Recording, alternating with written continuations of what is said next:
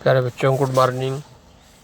कल हम लोग 2 गज़लें इसका वाचन किए। आज हम लोग इसके भावार्थ को समझेंगे।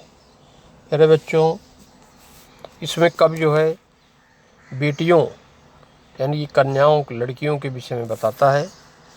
हमारे देश में पहले लड़कियों के साथ भेदभाव किया जाता था, लड़कों को अलग के साथ अलग बर्ताव किया जाता था, लड़कियों के साथ अलग।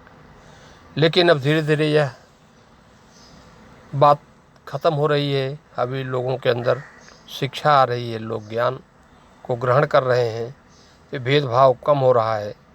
ये भेदभाव बहुत जो है कानून की निगाह में बहुत बड़ा गुनाह है।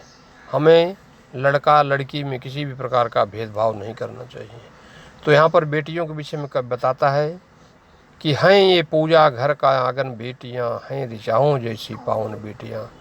पूजा घर जितना पवित्र होता है उतना ही पवित्र हमारी ये लड़कियाँ हैं। किसके समान हैं? आंगन, उसके आंगन के समान हैं। पूजा घर के आंगन के समान हैं। ऋचा हमारे वेद जो होते हैं उनकी सूक्तियाँ होती हैं, उन्हें ऋचा कहते हैं। उनके जैसी पवित्र, पावन माने पवित्र हमारी बेटियाँ होती हैं। अब तो सारी दुनिया ही कहने लगी जग की दौलत से बड़ा धन बेटियाँ। अब पूरा संसार कहता है कि संसार के सबसे बड़ा धन जो है हमारी बेटी है। सामने आई तो याद आ जाएगा, है बड़े बूढ़ों का बचपन बेटियाँ। अगर सामने आ जाएं तो हमें यह मालूम पड़ जाएगा कि बड़े बूढ़े जो हैं उनके बचपन की तरह हमारी बेटियाँ हैं, उनका बचपन है। 2 घरों की छत बनाने के लिए 2 घरों की एक दर्पण बेटियाँ। बेटी जो होती है 2 कुल को सुशोभित करती है, ससुराल को और मायके को। 2 घरों की एक दर्पण जैसे 2 घर के लिए होता है, उसी तरह से हमारी बेटियां 2 कुल की शोभा होती है। अपनी मेहनत से बना लेती हैं एक जंगल को भी पूर्ण बेटियां। बेटियों में गुण पाया जाता है कि जंगल को भी उपवन जैसा बना लेती हैं। खुश करेगी स्थान सी है जिंदगी और रिमझिम मस्त सावन बेटियां।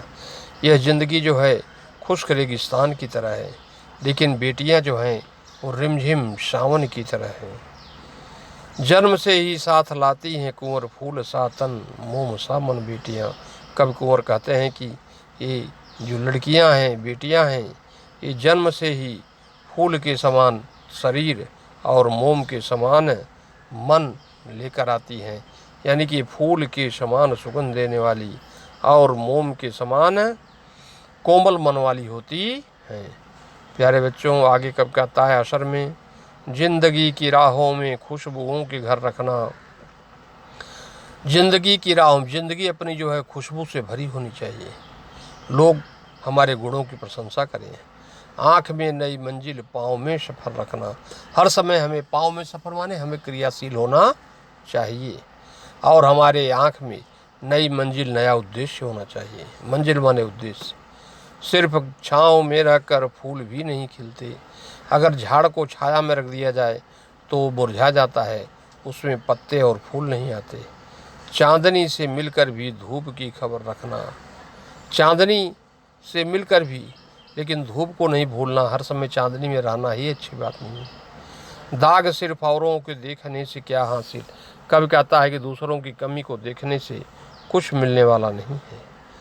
अपना आईना तो खुद पे भी नज़र रखना। आप खुद अपने को देखिए कि मैं कहाँ हूँ, मेरे अंदर क्या कमी है, मेरे अंदर क्या गुण है। लोग जन्म लेते ही पंख काट देते हैं। यहाँ पर कभी बेटियों के विषय में बताता है कि लोग जन्म लेते ही उनके पंख को काट देते हैं। है बहुत बहुत मुश्किल बाजुओं में खम रखना। ये जीवन बहुत कठिन है, इसलिए अपनी भुजाओं में ताकत रखना। खम रखना माने ताकत। ये न हो कि तेरे शब्द अर्थ खो बैठे। आगे कब कहता है, ऐसा न हो कि सारे शब्द आपके बेकार हो जाएं। आए कुंवर तू सच कहकर बात में असर रखना। कुंवर कवि कहते हैं कि हमें सत्य कहकर और अपनी बात में असर रखना चाहिए, यानी कि हमारी बात प्रभावी होनी चाहिए। प्यारे बच्चों, इस प्रकार से इसका भावार्थ मैं आपको बताया। जहाँ नहीं समझ में आया आप लोग फिर पूछिए और इसका भावार्थ लिखिए। अब मैं कल आपको संदर्भ और प्रसंग की जानकारी दूंगा। धन्यवाद।